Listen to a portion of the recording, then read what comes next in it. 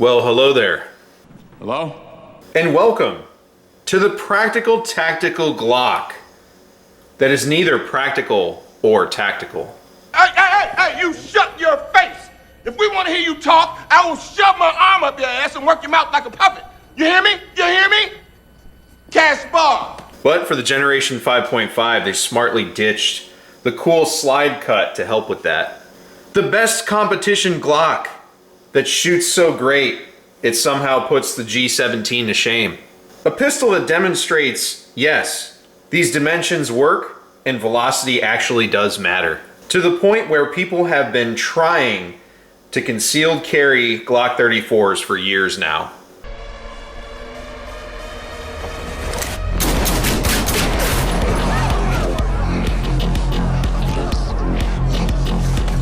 In fact, I think I have a concealed carry Glock 34 holster floating around somewhere.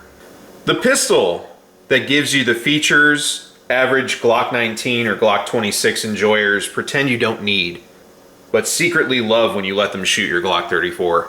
And the gun they later buy, but don't tell you about. You have to find out from friends. It also turns out to be the perfect bodyguard gun when you're in Mexico and you're pre-revenge mode. Pizza!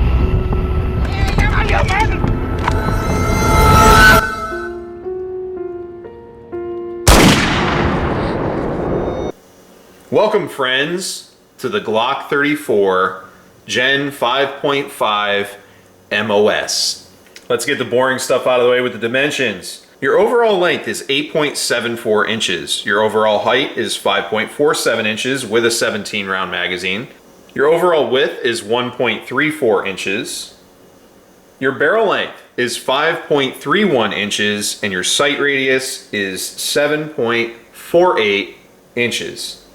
The Glock 34 Gen 5.5 loaded with 17 rounds of Federal 124 grain plus P ammunition is 2 pounds 1.7 ounces plus up to 18 rounds. 2 pounds 2.1 ounces, and with the Surefire X300 U-Boat 1000 lumen light is 2 pounds 6.4 ounces. The Glock 34 with 19 rounds of the same ammunition in a peanut butter 19 round magazine is 2 pounds 2.8 ounces plus up to 20 rounds is 2 pounds 3.2 ounces, and with the same Surefire 2 pounds 7.5 ounces. Magazine capacities, if you're in a socialist state, is 10 rounds. They also make a flush fit 17 rounder, a 19 rounder, a 24 rounder, which I still don't have, a 31 round magazine, or, of course, 33 rounds of moving along on a field strip. Very easy. The slide slides all the way off, unlike the 17, which just goes a little bit and then comes straight off. Thought that was interesting. You of course have your standard Glock 17 receiver. A Glock 17 recoil spring assembly, which is smart, but I also wish was a little longer. Your barrel and your slide.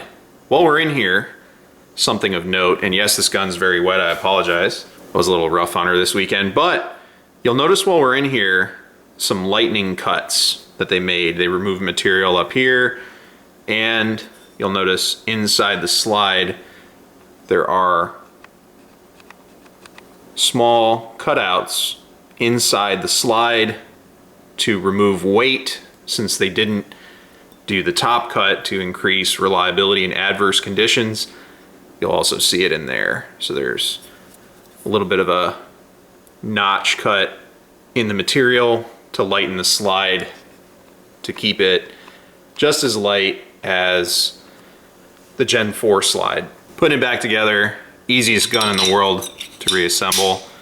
I'm sure some hipster will say there's something else out there, but super easy to put back together, even through a viewfinder. All right, ergonomics, features, trigger, and sights. As per usual, we're gonna start with the ergonomics. It's a very Glock. It's a Gen 5.5, so no half moon cutout down there and no finger grooves. Very standard. If you've held a 17, you've held a 34. It's the same frame. And even a Glock 45 also has that frame, minus the length obviously, but very standard for Glock ergonomics. And I always put these back straps on here because I just dive into the grip and I like having that extra contact surface. So medium back strap for me. And by back strap I mean grip overlay. On to features. So you have first an MOS Glock, and sadly for some of you watching, there will never be a dot on this pistol. No! Oh! This is not how this was supposed to go! We'll all move on somehow. You have your front cocking serrations, rear cocking serrations, the cut and paste job of the roll marks on the slide. All Glock 34s have been beveled, so this is not a new thing for Glock 34s. Even though it's new for the Gen 5.5s, for the 34s they've always had this nice little bevel in the slide to ease holstering. You also still have your marksman barrel with the recessed crown, which I don't like. It's not a dish crown. I much prefer dish crowns, but it does come equipped with that 5.31 inch barrel, which is very nice for velocity. You can also see right through the slide almost everywhere. It's not as sealed as the Gen 4s or Gen 3s, sadly, but I haven't had any reliability issues despite getting her wet and sandy a couple times. I can't guarantee it's gonna work in, say, Tennessee red clay mud or in muddy conditions or anything like that, but I haven't run into any issues so far. Also, being a Glock Gen 5, you have your black dynamite finish. And if you've watched my Glock 17 Gen 5.5 review, there's a 1913 rail, which has a Surefire attached. There are ambidextrous slide release levers. Now I had to take the stock ones off because I would shoot it and it would lock the slide to the rear because I was making contact with it. I've never had that issue with the Gen 4, but because it was over here and it was extended, it was locking the slide. And despite the fact that it's a slide lock, it's also a slide release. So I swapped it out with the Tango down, despite my friend's objections, and the finish is definitely wearing off. But it wears off on the stock Glock, so I guess I can't really complain, but very easy to actuate, good to go over there. Definitely recommend the Tango down piece because it stays out of the way and it's still very functional. I definitely recommend the Tango down unit. It's very squared away, it works, and I can actuate it very simply with either hand, which is good. Moving down, we have the Generation 4, Generation 5 magazine release, the lack of finger grooves, which is always excellent, and the Generation 5 magazine well, which we all know works phenomenally well, even if you have Generation 4 magazines with Larry Vickers base plates. Onto the trigger. This is a very nice, very smooth, and feels much more precise trigger versus the Glock 17. You'll notice that my 17 got crunchy, and this trigger is so good, people ask me if I did something to it. It breaks right at 4 pounds. It's so much more precise.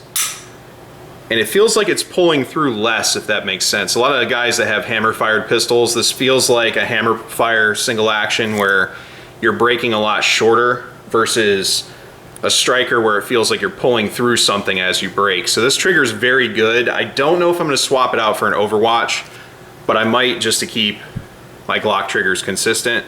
However, I do not feel the need to swap this trigger out. It's that nice. Onto the sights. These are Trijicon HDs specifically for an MOS model, so they don't hang off the back end of the slide, which is key. If you get a model that has sights that are not MOS sights, they will hang off the back. But Trijicon HDs should be what Glock is putting on there. I like them much better than the Ameriglows. I have figured it out. The post size and the dot size are what I prefer, as well as the rear sight notch and the posts in the back. I just much prefer the Trijicon HDs and how they perform over the Ameriglows. That's not to say the Ameriglows are bad, just for my eye and what I prefer. The Trijicon HDs are where it's at, and this is no exception. I will say though that while these do fit in the 34, they'll even fit the 17L, but they're really meant for a 17. They'll also fit the 19 and the 26. However, the unintended consequence is you have to lollipop the targets with these sights. I'll miss things I should be hitting because it sends the rounds high. So it's kind of annoying sometimes where my Glock 17 is kind of a dead hold, even with Trijicon HDs. With the 34, I have to aim a little low, especially at 100 yards or 50-yard targets, something like that. You got to really kind of shoot under it to hit center, and it increases the further out you go. So it's kind of annoying, but they still run smooth, and it still gets me my hits once I factor that in there. Now I do want to hit something really fast. Not a lot of people talk about this, and I've noticed it more on my 34 versus my 17, but this chamber does not want to let go of rounds. This is the tightest chamber I have out of everything in my inventory, and not for the best. So when you chamber around a lot, it becomes very beat up. It is absolutely cruel to these rounds. It just really grabs on there, and none of my other guns do this. It's just the 34. The 17 does a very minor degree comparatively, but when I try to download a gun, I reach over the top of it, rack it to the rear, and catch the round. But the 34, it just does not want to let go of the round, and it'll stop right there. And it does this thing where it just chews up the round, and I don't know why. It gets to the point where I have to do the, and fittingly so, because Denzel does it all the time, but I just have to rack it and catch the bullet in my hand, which I didn't do there, because of course, but off video I'll do it 100 times. But definitely something to keep an eye on. This is not a gun that I upload and download frequently. I'll upload it once, and you can still press check it, you know, without an issue. It's just trying to rack the round out that's always a problem. So racking the round out's just a big pain in the ass for some reason, and once in a great while it'll lock it to the rear without an issue. It's just, it really really doesn't want to let go. All right, applications. Applications is going to be a very interesting conversation with this gun, because it's really good at a lot of stuff, and much like enthusiast guns or sweetheart guns that people really enjoy but don't have a practical application, The Glock 34 kind of teeters on that edge. I know it's been sold as the practical tactical, and quite frankly, it does a lot of stuff well. And the Glock 34 Gen 3 and Gen 4 had the liability of having an open slide design, but not to the extent that the Beretta did. The Beretta keeps it nice and tight around the barrel, but has the top open, whereas the Glock had a barrel inside of a shoebox and it just sucked debris in there. I think Nut and Fancy and a few other people found that out the hard way, but a lot of departments wouldn't okay the use of a Glock 34 for patrol because of that, and justifiably so. No!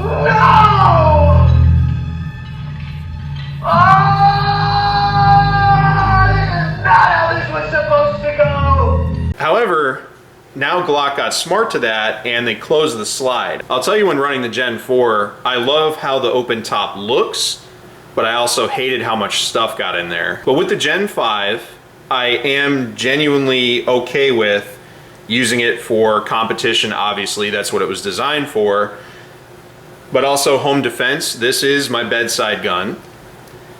It's also good for duty use for private security and law enforcement. I would especially say in an urban environment where your gun stays relatively clean, and the worst thing it's got to fight is the fuzzy dust that's in your holster or maybe some rain.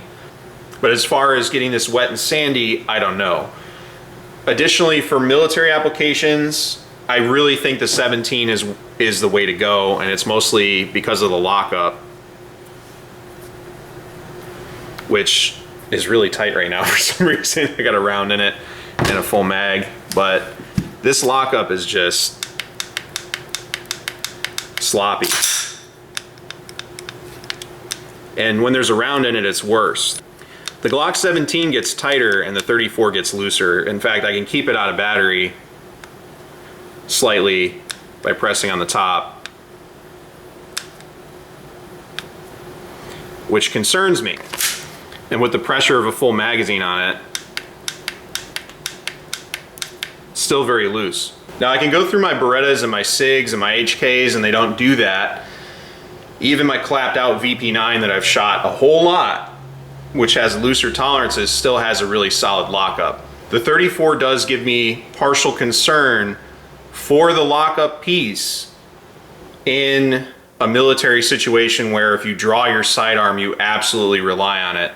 In law enforcement, it's a little different, and the 17 does give you standoff capability, so you always have that standoff with the Surefire, whereas it's flush, essentially. You can just set it on the table and it'll stay there.